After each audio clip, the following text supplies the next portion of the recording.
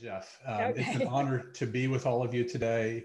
You are the ones that I learned from, and stories and the science associated with your stories has been changing my life both personally and professionally as a physician.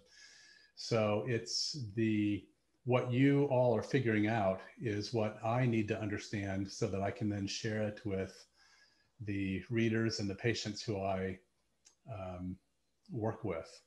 So it's always an honor to hear about the stories of courage and resilience that you all represent.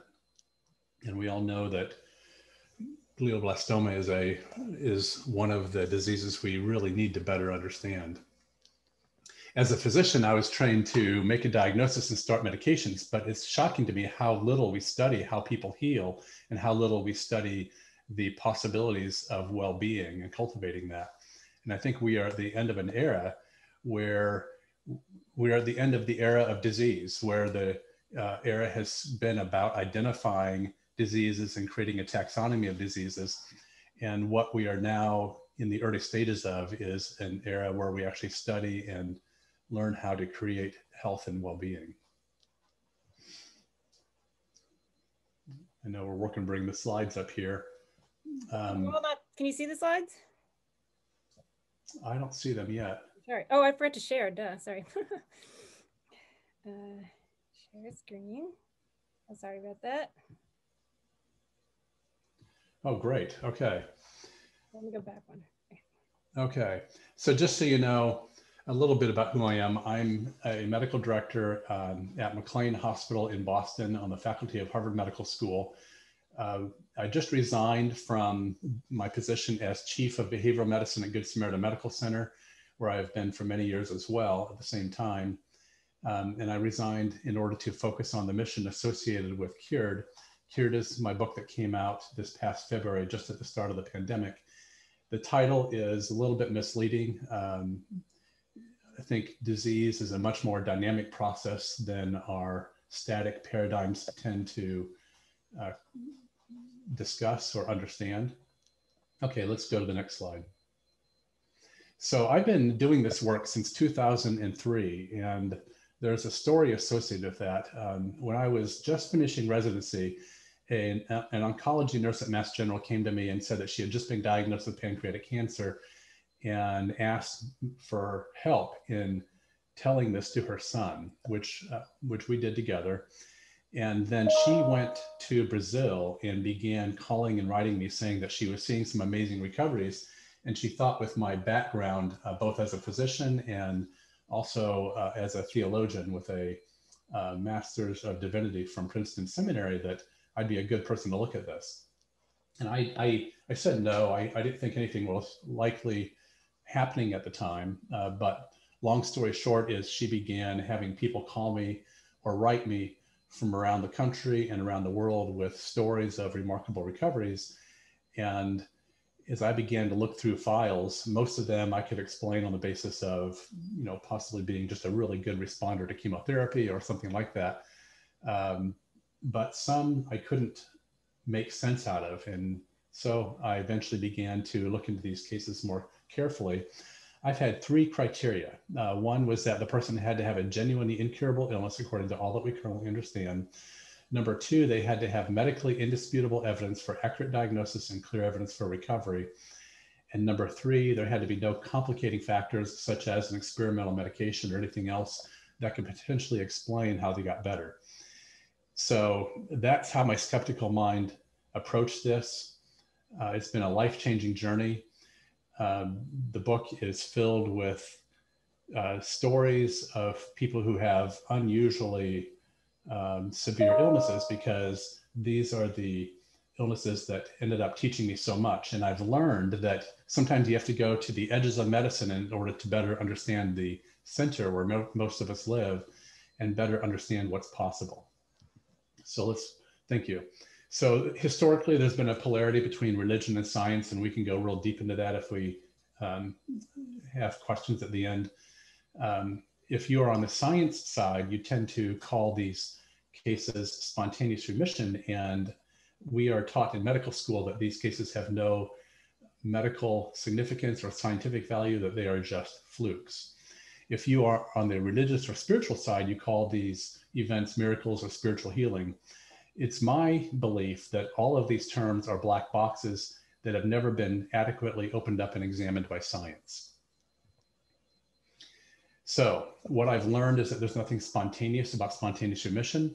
Every individual I've studied who has the evidence that I've described has made major identifiable shifts in lifestyle and perception, and it's just that we've never asked what they did. It's fascinating how this goes, actually, because at best, doctors will say, well, whatever you're doing, keep doing it because it's working. But it's fascinating to me that doctors aren't more interested, or that healthcare providers, that we are not curious about how this is happening. And it just shows the power of what it means to be socialized into the medical model.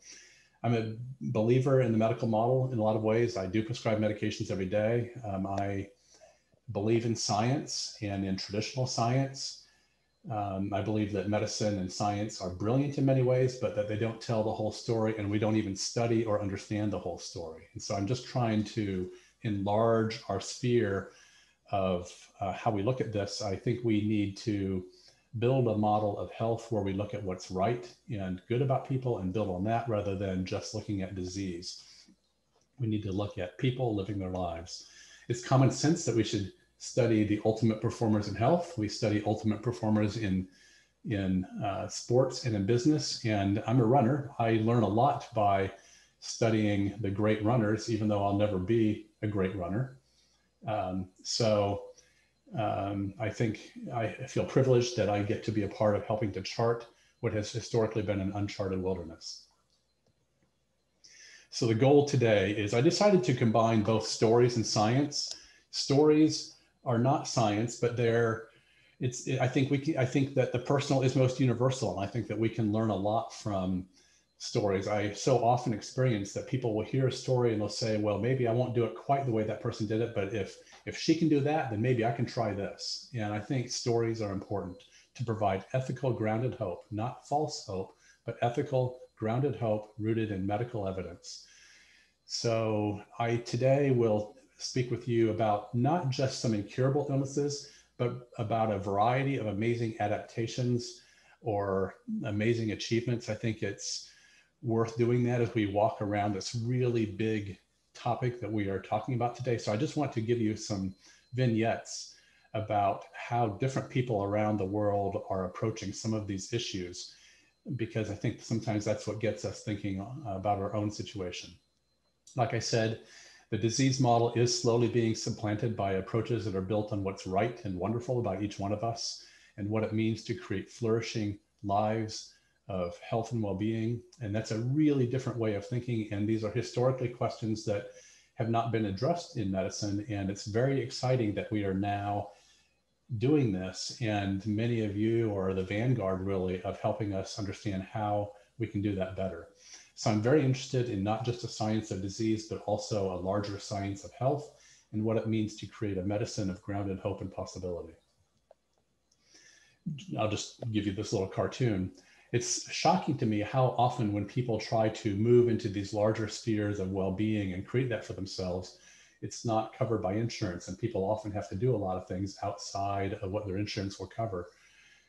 But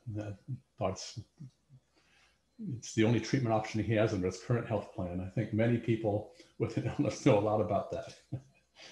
Next slide, please. Thank you. So let's start by looking at Emily Bowler. I do not tell her story in Cured, but she has great pictures. And so I think pictures sometimes say more than all kinds of slides. I have many files of slides with scientific studies and everything else, but I think sometimes just seeing a picture and hearing a story can be helpful. Emily Bowler's story is about the power of nutritional density. In 2008, Emily was, let's go to the next slide. Emily is an artist historically, and in 2008, she decided she wanted to be an artist, not just on paper, but an artist with her life and her body.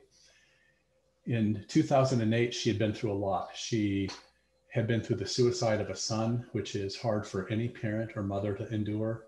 She had been through years of real trauma as a child. She had high blood pressure. Her blood sugar was high. She had high cholesterol, had struggled with yo-yo dieting for many years. And she was, as I understand it, the details, I might not have details exactly correct, but she, as an artist, she was in Italy and at the sculpture of by Michelangelo, of the statue of David. And somehow, I think that statue had been defaced in some way with mud or something. I don't know the details anymore, but she was offended by that. And then it hit her hard that she had been defacing her own mind and body for many years with her thoughts and the kind of food that she had been putting in her body. She read around that time a book by Joel Fuhrman about Eating to Live, I believe was the name of the book. And this book really changed her life and introduced her into a whole different understanding of nutrition. And she began to study nutrition and moved away from trying all the different fad diets that she had tried for so many years. So July of 2008 is when she took the middle picture. She was on medicines for all kinds of cardiovascular and other kinds of illnesses, including anxiety and depression. In July of 2009 is the picture on the right. And so her life completely changed in a span of 12 months. And she attributes a lot of that to the book called Eat to Live by Joel Fuhrman, and her developing understanding of what genuine nutrition is. And nutrition is a really big topic when we're talking about cancer and what it means to heal illnesses. There's a lot of misunderstanding about nutrition in our country and around the world. And a lot of that is because of the collusion of government and academics who are paid by industry to do research studies and to favor certain kinds of findings. And that's a massive topic. Let me just give you, if you want to go into this more deeply, I think one of the better looks at this is by Colin Campbell. He wrote a book called The China Study that has been called the Royal Study of Epidemiology and by the New York Times. And he talks about years of researching the nutritional differences in places like China and the Philippines, and his discovery around what's possible when you eliminate animal products, processed foods, and that sort of thing. I think the topic around animal products is a really big topic that we don't have time to fully engage today. I do tell the story in Cured about a person who recovered using the ketogenic diet. What you see underneath all of these different approaches that look different on the surface is that people eliminate processed foods. They often increase sharply their intake of vegetables and fruits and whole plant-based foods. And just those changes alone tend to be transformative for the biochemistry of the body, I believe. I think there's a lot to look at with that. I have a physician friend here who owns an organic olive farm in Greece, and he said there's a tragedy unfolding in Athens right now. He said people have eaten the Mediterranean diet in the countryside for centuries, and that's one of the healthier diets in the world for many people. And unfortunately, in Athens right now, it is cool to get a cheeseburger, fries, and a Coke. And he said the rates of disease and obesity, heart disease, cancer, autoimmune illness, they are skyrocketing now in Athens, and that's just tragic to see. And it's just a tragedy that when we export the American diet or the Western diet to other countries, that the rates of disease, including cancer, go up so sharply. So I do believe nutrition is important. It's not the whole story. I purposely tell the story in Cured of people who did not change their diet at all and they still got better. I think some of them could have eaten cat food and still gotten better, honestly. So there's a deeper possibilities within all of us to examine and try to understand better, but nutrition is often the beginning, it's an initial doorway for many of us, and it certainly was for me. Next, please. Thank you. I'll tell the story briefly of June. She has great pictures as well, and that's an important reason why I'm telling her story. Her story is not just about the power of nutrition, but also about the power of activating the parasympathetic. We all have two basic responses within us. We have the fight or flight system that's a part of the sympathetic system within us that helps us recognize when there's a threat on the horizon and that we got to either run or fight or freeze. And then we have the parasympathetic system, which is the healing system in our body. And that's what sets up the biochemistry so that our body is able to maximize the possibilities of healing.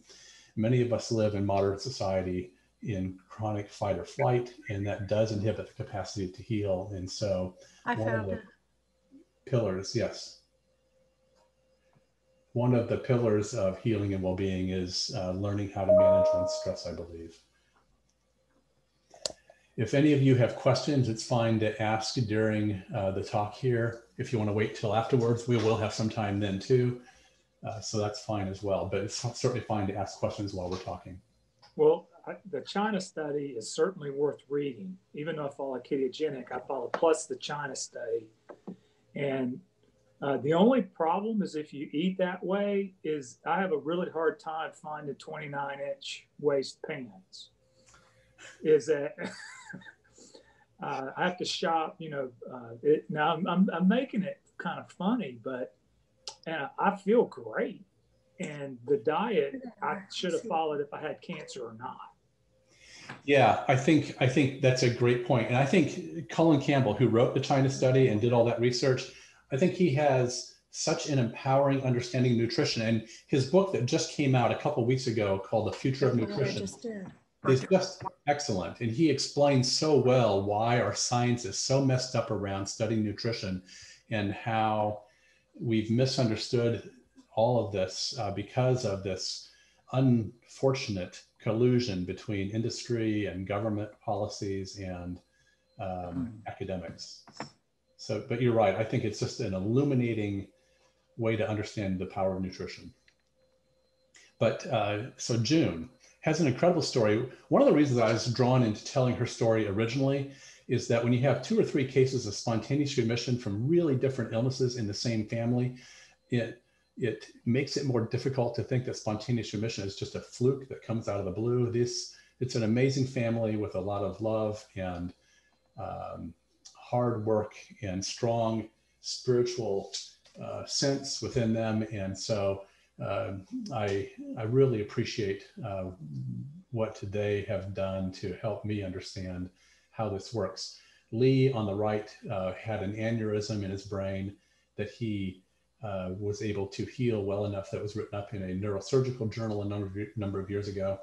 He was inspired and certainly very much involved with all the changes that June was involved with in the journey. He kind of started them off on a whole new path. Excuse me, could everyone mute themselves, please, until we get to the question and answer? Thank you.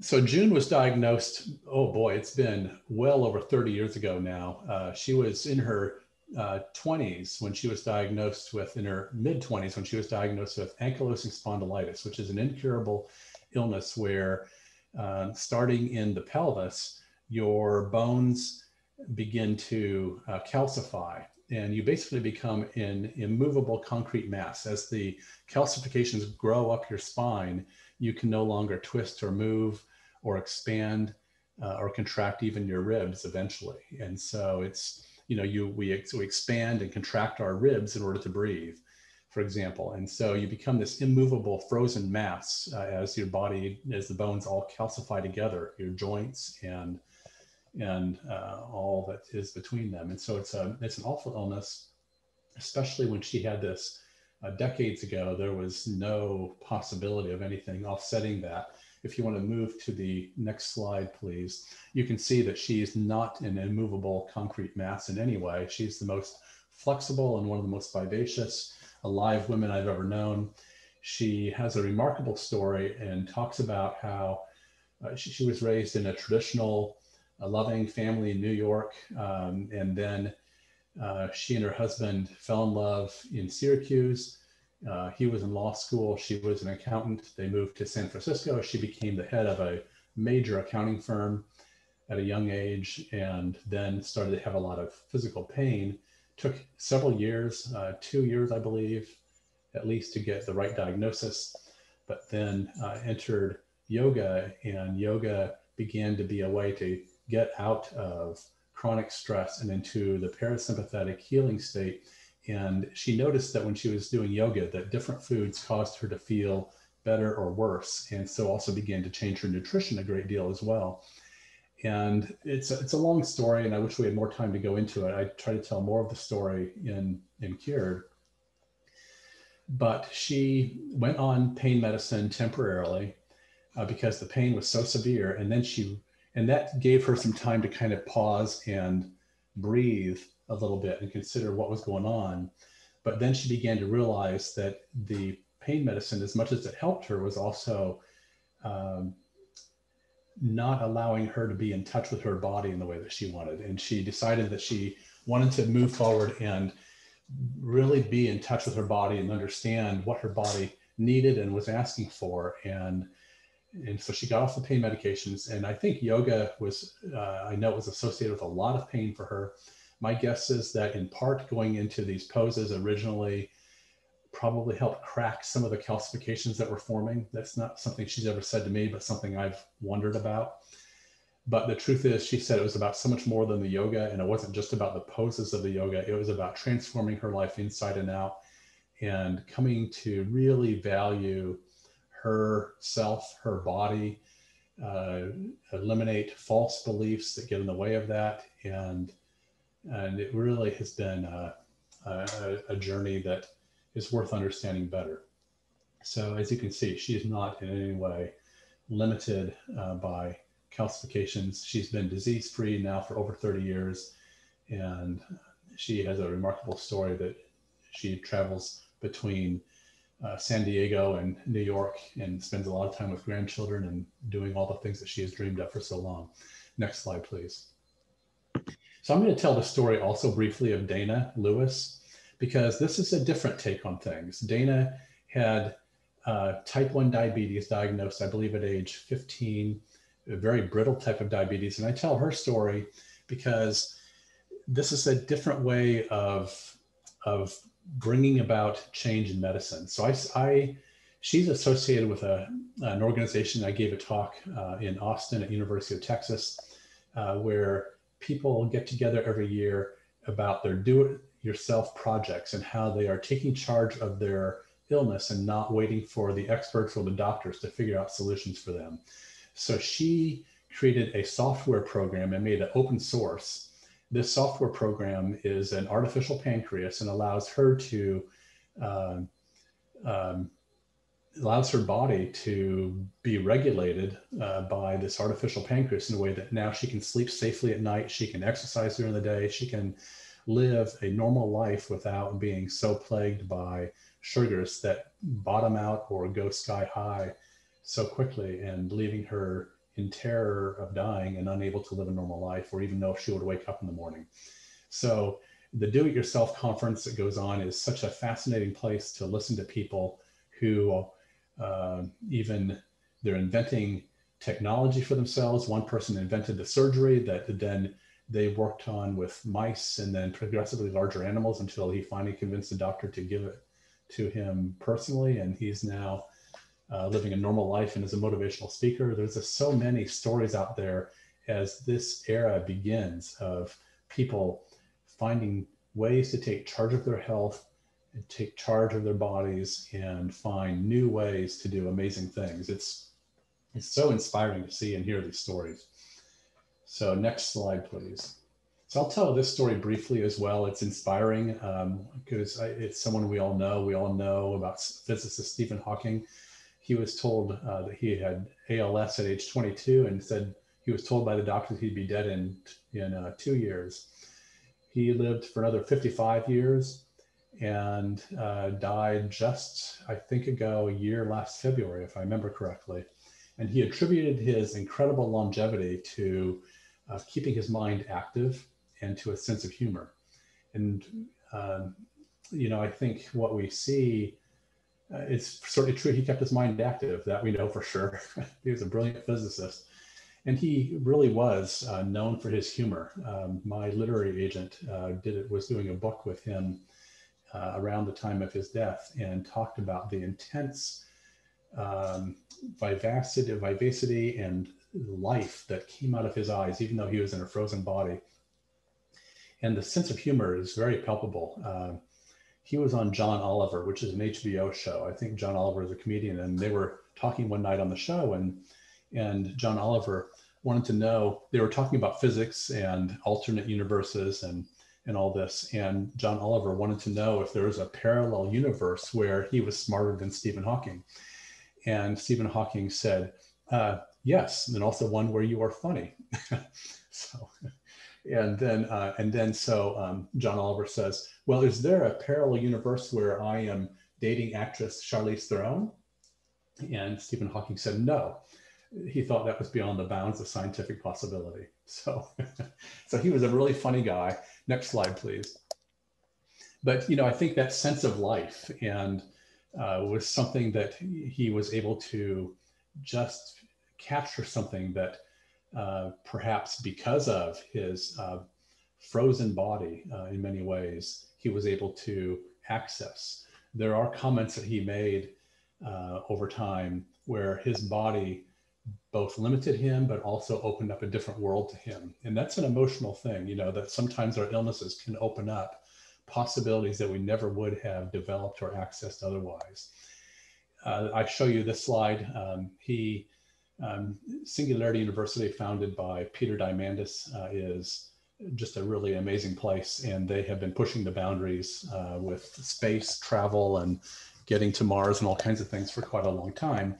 And one of their publicity stunts was they thought if they could get someone like Stephen Hawking into space, so this would be a great publicity stunt. And the amount of drama they had to go through with getting multiple insurance policies, getting the FAA to sign onto that is its own story. But the doctors really thought this would be a dangerous thing for Stephen to do. He really wanted to do this.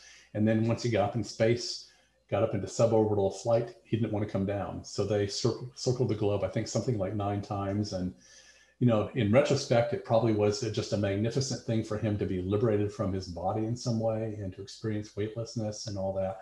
But he was an intrepid spirit who really tried to live a life in spite of the limitations of his condition. And I think there's a lot we can learn from that. And we need to be studying those kinds of things scientifically a lot more than we do. Next slide, please. I'll tell the story briefly of Amy. She is a double amputee, and she is so empowered and empowering in the context of what it means to be a double amputee. She demands that she be seen for her abilities and opportunities rather than for disabilities. That's a good topic, I think, for anyone who has cancer. Cancer is such a loaded topic and word in our culture, and it's not always just an easy thing about whether to make a decision to tell people about your cancer. And then you have to decide, is that going to be supportive, or is that going to feel like that's limiting me in some way and I'm seen as being a cancer patient instead of being a normal human being, or some of both, and how to decide how to put that together for each individual is an individual decision. But Amy has worked really hard to make prosthetic limbs into objects of art and beauty.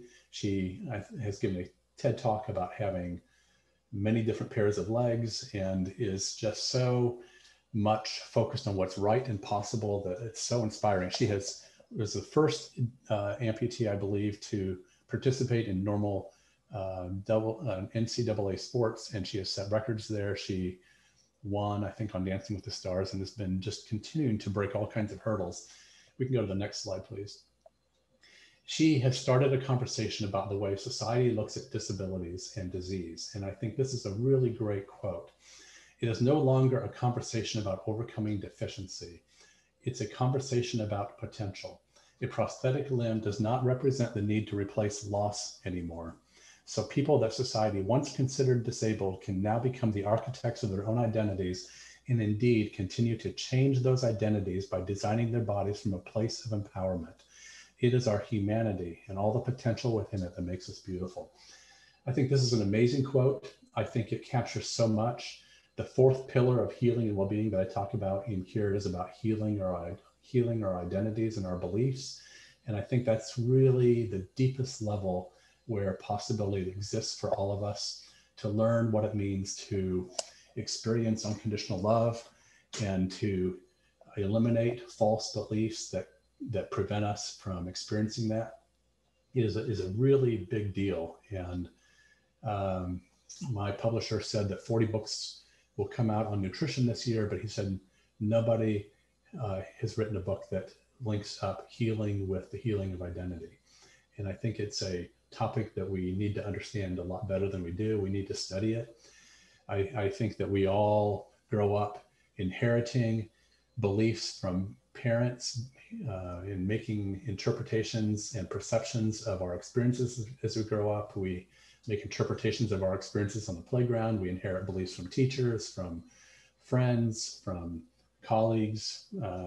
And some of these beliefs are true and empowering. Other beliefs are false. And some beliefs are conscious, some are subconscious. And the truth is, I think if we have a mixed amalgamation or a mixed set of true and false beliefs, we will have mixed results in our bodies and our minds and our lives. And learning what it means to value and see the dignity of who we are, of who each person is, and build a life on what's good and right about each one of us is such an important part of the journey, I believe. And so many people I've talked to who've found a path through their illness talk about that and are so grateful for what the illness is teaching them about that. This morning, as I was preparing to speak with you, I looked on the website of Courtney, who I think is part of your group, and just has an amazing perspective and story. This is the kind of thing I see over and over and over again. And that's why I think we need to just help these stories be elevated. And I believe it's my job to help people tell their stories and to find a platform so that can occur, because these stories are so important and teach us about what's the core of humanity and the possibilities within that. Next slide, please. So briefly, I'll just tell you, Rachel Donalds, she had been diagnosed. She's my partner in this work. She created BioSay as a way of dealing with her illness, Graves' disease. She was told that, well, basically you have an autoimmune illness and the autoantibodies are going to eat up your thyroid. And once your thyroid is destroyed, you can take Synthroid for the rest of your life. You can take replacement hormone. She wasn't happy with that, that plan, and decided she needed to change some things in her lifestyle. She wanted to find a way to get out of chronic fight or flight and measure her access to the parasympathetic healing mode, and created an app called BioSay to do that. I've been the funder for it, and it's going to launch the end of December, the end of January probably. And that's a big story in itself, but I think is a good sign of the kind of stuff that's coming, where even though medicine as a institution has been deeply resistant to the democratization that is spreading around the world and the human rights that are spreading around the world, where people have rights to be the experts of their lives and their bodies. That's been slower to come to medicine, but I do believe that as the implications of modern physics enters medicine through the digital world, that is going to slowly change our assumptions and possibilities. And we can talk more about that later if you want, but it's really going to help change the conversation around health and well-being as our phones continue to become full of apps that help us take charge of our health, for example, and as sensors in the environment and on our bodies do the same. Next slide, please. So we'll just skip the next couple slides because I think we're running out of time. Let's move through the next 3 slides, please. Oh, here, that's perfect. Go back 1. Perfect, thanks. So there's a lot of illnesses and a lot of stories we could talk about today. If we had more time, I think Dr. Kane with idiopathic pulmonary fibrosis, Pablo with glioblastoma multiforme in London, he used the ketogenic diet. He decided, as some of you have done, that since sugar is what cancer feeds on, he wanted to eliminate sugar and refined flours from his diet.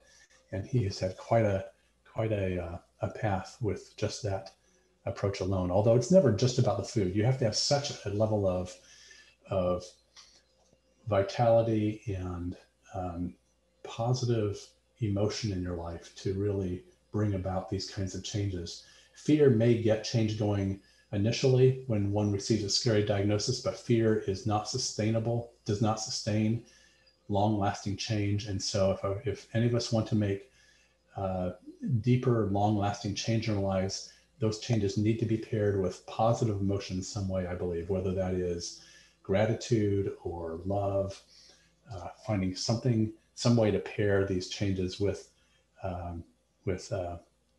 positive emotion is critical, I believe. Next slide. Let's move on to the next slide. Really just talking here about how the disease model was a distinct step forward during the industrial age, and enabled us to rationally identify and classify diseases, to create a taxonomy of diseases. And by taking illness from the church, it did weaken the tendency to view illness as a judgment from God, or to say that the illness is a punishment. But that still left us in an era that was in effect a science of disease rather than a science of health. It was still deficit-based rather than based on what's right and good about each individual human being. And as we have said, the new era that's opening up now is built on what's right and special about each individual human being. And I think that's going to be a lot more fruitful, and also enable us to study the deeper aspects of well-being. As a doctor, I was trained in disease diagnosis and in medications, but it's been shocking to me to come to realize how much we don't study health and healing or well-being historically. That is beginning to change. It's changing rapidly, but we have a long ways to go. Medications treat symptoms, but we do better to also treat the deeper causes. Next step, next slide, thank you. I'll just briefly say, in the West, we focus on parts, but we forget the living person. A medical problem is sent to the physician, a psychological problem is sent to the therapist, a spiritual problem is sent to the priest, rabbi, or minister. And I think it's brilliant to divide up these different aspects of who we are, but if each person and if each expert does not also stand back and see the whole picture of the inner being of this living person who in some way integrates all of these capacities into a lived life, then we are missing the possibilities of what can be done. And I think we've got to do this second step of also stepping back and seeing the big picture, because the possibilities are enormous. And once we put our minds to that, the whole landscape begins to change. It's fascinating to me, and I'll just say this briefly, that as doctors, we specialize in body parts or body systems. And yet what my work has taught me in listening to these stories and going deep into the science around this stuff for years is that there are transdiagnostic principles or factors of healing and well-being that are applicable across a wide range of illnesses: cancer, heart disease, diabetes, autoimmune disease, etc. So I know that we should leave some time for questions. I would like to go into some studies, but I think just because of the time, we should probably stop. Maybe, Martha, should we play that short video and then I'll take questions?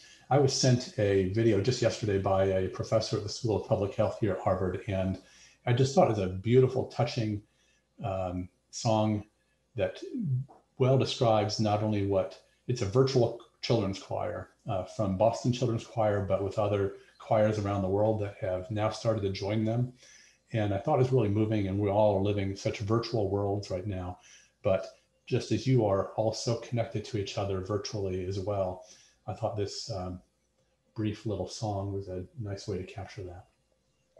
Actually, Jeff, if you don't mind, maybe we'll leave that to the very end and then people can stay and watch it at 1 o'clock, because I know it's about 5 minutes long and we have very little time left.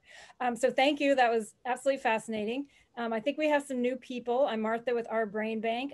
We have a free smartphone app that GBM patients or carers can use to help themselves manage the disease, and also the data that's generated is anonymously donated for research. So visit OurBrainBank.org to learn more about that. And I thought it was interesting, Jeff, when you were saying earlier about, stepping back for a second, I hope, I know that sending out the invitation with the word cured in it in big letters is problematic for the GBM community. So I apologize if anyone was upset by that. We don't use the word cure because there is no cure. We're working to make it treatable. That's our goal. But I do know that that there were so many interesting ideas in your book, Jeff, that I knew that this group would be interested in it. Getting back to the other, when you were talking about, I didn't know about the DIY medical conference, because that sounds like something we could present at, because that's exactly what Jessica did. Jessica got her diagnosis and she said, no, I'm not accepting this. What can I do? She asked her doctors and she asked tech advisors, and she came up with our app and our study. And so that's an excellent example of taking charge of your own health and your condition using technology, which is the modern thing now. Yeah, it's brilliant. What you guys are doing with that is so helpful to those who want to go into this deeper and try to understand the science of this. It's great that you are doing that with the app. Great. Does anyone have any questions? I just have a couple. Have you, one person that's been very helpful to me is Willett McGahee on looking at things, and he's a theologian as well as a therapist, and how to look at your disease. And I don't know, that may be someone, and also Kate Bowler. Have you read her book? No. How do you spell McGahee? McGahee. I think it's MacGahee. I'll look it up. And yeah, then Kate Bowler, you said? What's that? Kate Bowler writes the book that everything happens for a reason and other lies I once believed. And they both basically say that we didn't get cancer for a reason, but we can make something out of it. And I really believe, and that's helped me. And it's been, and your cancer can become a gift. Yes. If you look at it as just something that happened, and then how can you make it? And I had when I was in MD Anderson, I had a priest say, you know what, if you're going to die, let's make it a great going away party for you. So, he said, I made the determination that, and I had a couple hundred people come and lay hands on me before I had my surgery. And it happened to me. And I have the funny story that I got kicked out of my pew at church because a bigger name came. I was in George Bush's pew in Houston. The Secret Service kicked me out. But it's still fun. So those are just two. Willett McGahee is really somebody that I find, if you can get your mind similar, or Kate Bowler, who has terminal cancer, is someone, and she's teaches theology at Duke. I'll look them up. Thanks for the names. I'd like to know what they say. Okay. And Kate has, if any of you guys want to friend her on Facebook, and she responds to me a lot. So she's got a little blog on Facebook as well. Thank you. No problem. I'll get out of it. But those are just, but I think what you're talking about is exactly right. Any other questions or comments? I have a question. My name is Teresa Schaub. I'm a 4-year survivor of GBM and on the board of OurBrainBank. So I'm a scientist by training, and I'm in the life science, health science, and drug discovery industry. So my question for you is, there's a lot of information about, spontaneous remission and things like that. Is there any place where that data is captured? Even though it's potentially anecdotal, I would just be really interested to see if there's a database that says, person A has X, they dieted, they watched, they binge watched Friends or whatever. If there's any sort of kind of database or any deep study into spontaneous remission or the contribution of I'm talking about like a refereed journal, the PNAS or something like that. Yeah, we need that very badly. There is just starting here at Harvard a group that's trying to begin collecting that. I forget the exact name of the group, but it's on the back, in one of the back pages of Cured, it talks about that group and the effort that they're trying to get going there. It's in a computational, not neuroscience, but a computational science data department that's beginning to try to capture that stuff, especially genomically, and look at that. They're in the early stages of just starting to collect that kind of information. Okay, great. Thank you. I really enjoyed your talk. Appreciate it. Yeah, thanks. Yeah, I'm sorry we didn't have time to get into the scientific studies after the stories. Don't give me your number because I'll keep you up all night. Anyone else, questions or comments? Hi, Jeff. My name's Elizabeth Petrolia, and this is my husband, Alan. My parents are also on the line, Alex Pope and my mother, Barbara Pope. My mother is the GBM patient. I really appreciated in your talk how you kind of divided up. You had a slide that talked about, your medical care is covered here, your mental health care is covered here, and it's very, for me, the word is disjointed in how we do treatment and well-being. And at least it's been my experience for my mother's treatment. She's done standard of care. She does care oncology. She also does Optune. But each component of her treatment, we see a different doctor, and it's like neither the two shall cross, I know. When you go into the hospital, there's a hospitalist that's assigned you that kind of looks at the overall care. But that concept doesn't seem to translate outside, when you have a major diagnosis like this. Do you have any suggestions when you go see the doctor to how to have a broader discussion about all the different treatments that you're working on and to kind of get them to be open-minded? Yeah, that's a great question. I think that in some of the studies that we were going to get into look at that, because you have to choose your own treatment team, and you have to do what you can to find specialists who are open to these deeper discussions when you can. You have to also find ways to empower yourself, or we have to find ways to empower ourselves, I think, in these kinds of situations, because the expert in medicine or psychology or spirituality just often are not taking this step back and looking at the bigger picture and the way in which all these different aspects of our being interconnect, and they're not just pieces of the pie. They really, it's more, the spiritual side infiltrates every aspect of the physical body and our minds. And so it's not like you can separate off spirituality from and say it's just a piece of the pie. It doesn't work that way. And so the human mind has this amazing capacity to anything it studies, it can create more and more and more and more. Right now, unfortunately, our medical model just goes deeper and deeper into the cell physiology or into the subatomic level, et cetera. And we keep using the same model over and over, where we go smaller and smaller, more specialized, more fragmented. They say at Harvard, all the different departments are connected only by the heating plant because none of the departments talk to each other. And that's true. It's not a university, it's a multiversity that's very fragmented. And your comment is brilliant. It captures both the brilliance and the brokenness of medicine, because we aren't stepping back and seeing the ways in which all these different aspects of our being connect and live life. And if we would study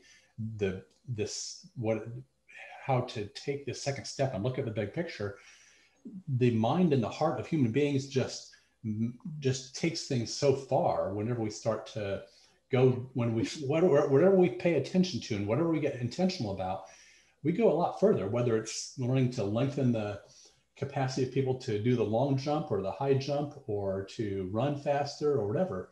We need to do that with this, looking at the forest and not just the trees, because there's so much about the human spirit and the capacities within all of us that we have not tapped into and that at this point still remain latent.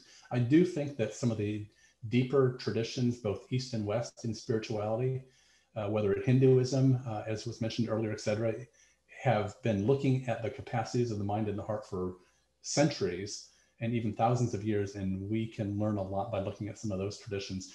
But to your point, I think we should be making our own treatment team, choosing people that we believe do try to get it and are willing to work with our other members of the treatment team. And we have to put together consciously and intentionally a treatment team that we believe is the best that we can get for us or for you. Yes. I think under the name Susan Briggs, I think you are still muted. I got remuted.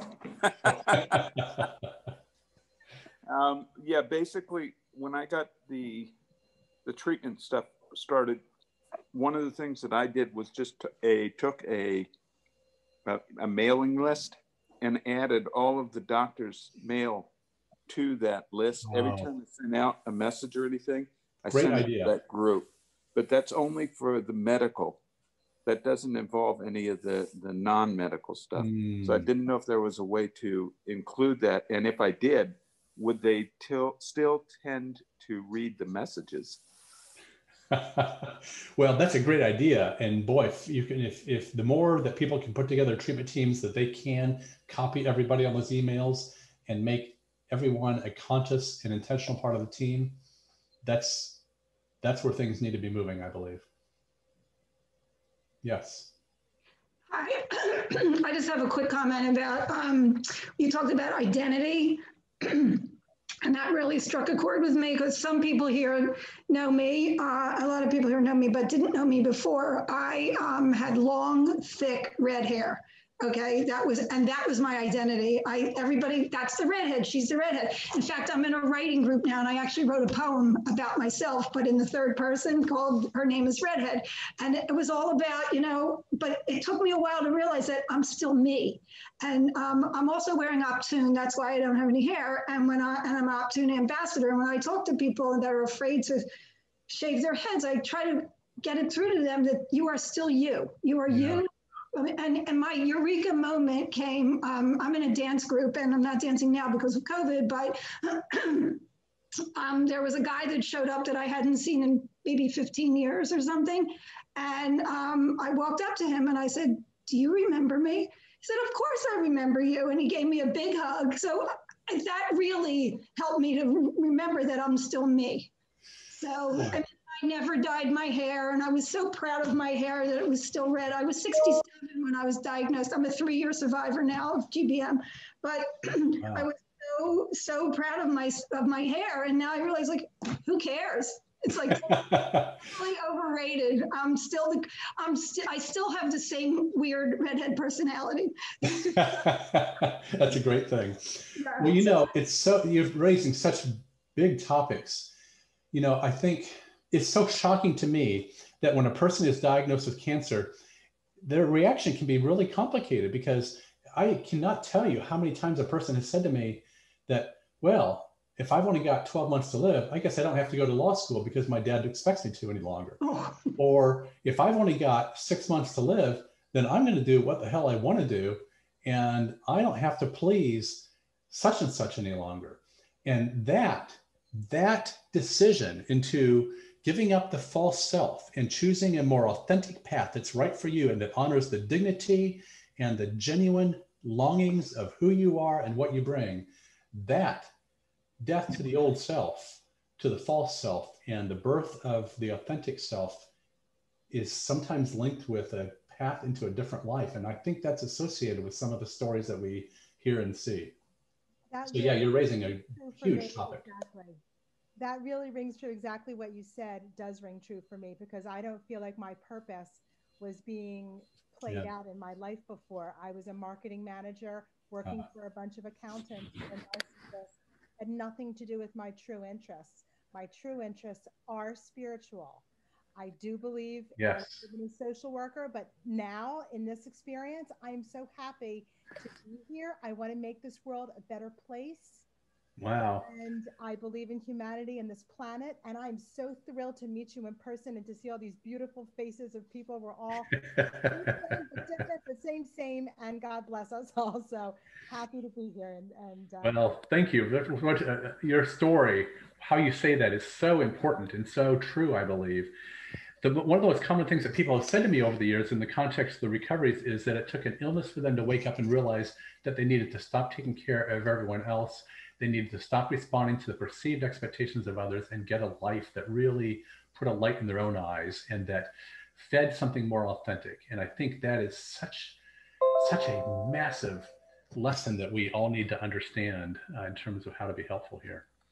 As my friend Gabriel Mate says, if you don't know how to say no, your body will eventually say no for you. Mm-hmm.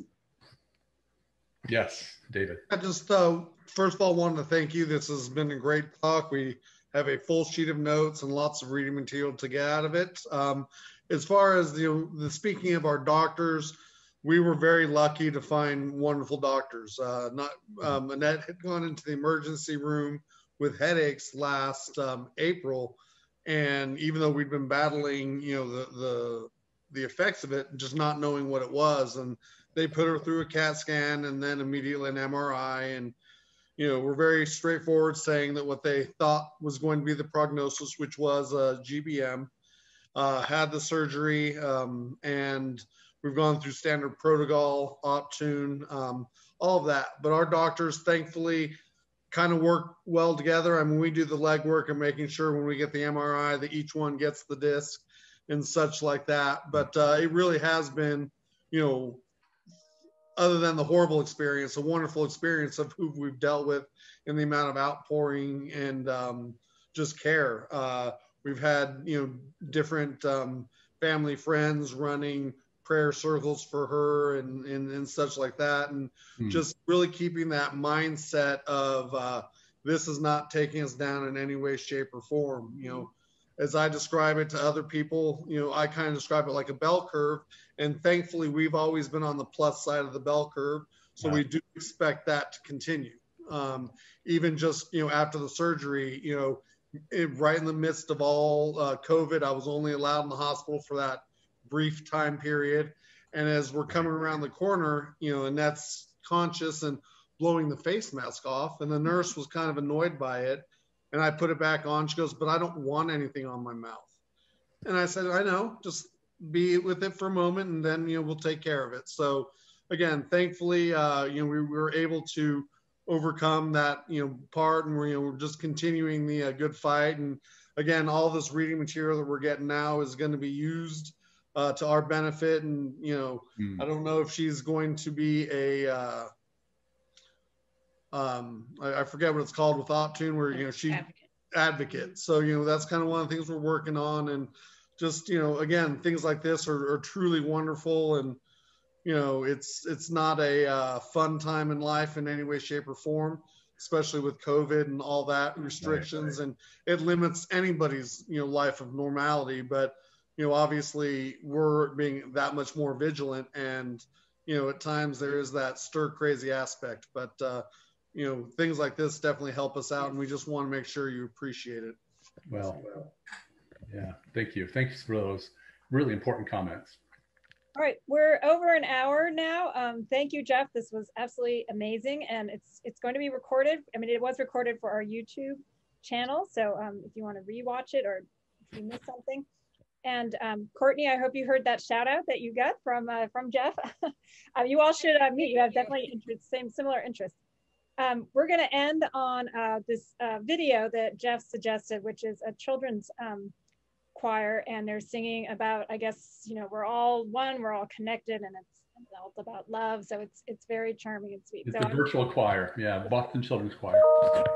I'm going to switch to that. So come back next Tuesday. We're going to have we'll have interesting special guests for the next 2 ones. And we can also just have a general one where we all just support and talk to each other.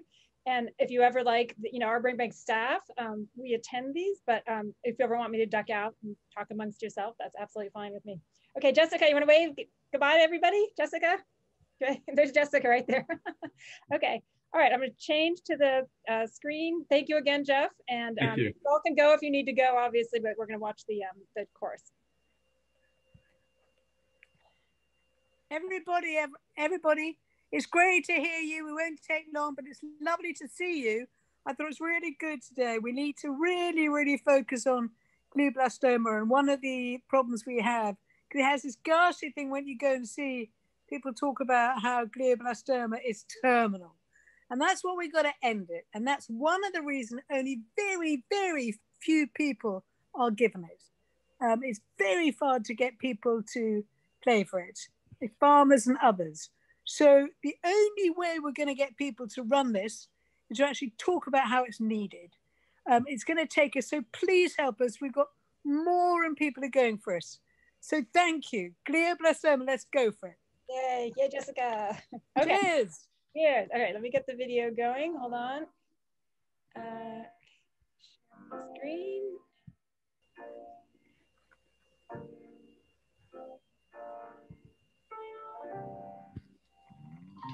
When we walk, when we sleep, when we rise, we are one. When we laugh, when we sing, when we cry.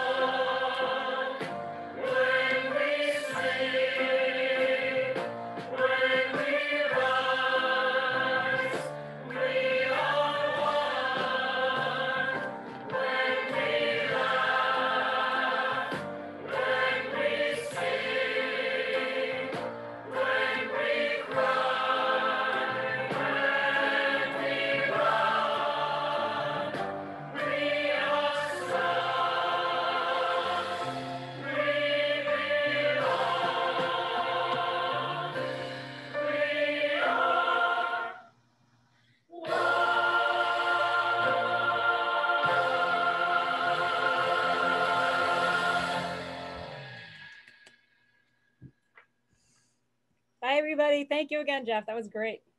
Thanks. Catch you soon. Thank you. Take care. How do I stop it? Bye, Jessica. Oh, hi, Jess. Yes, lots of love. Love to you.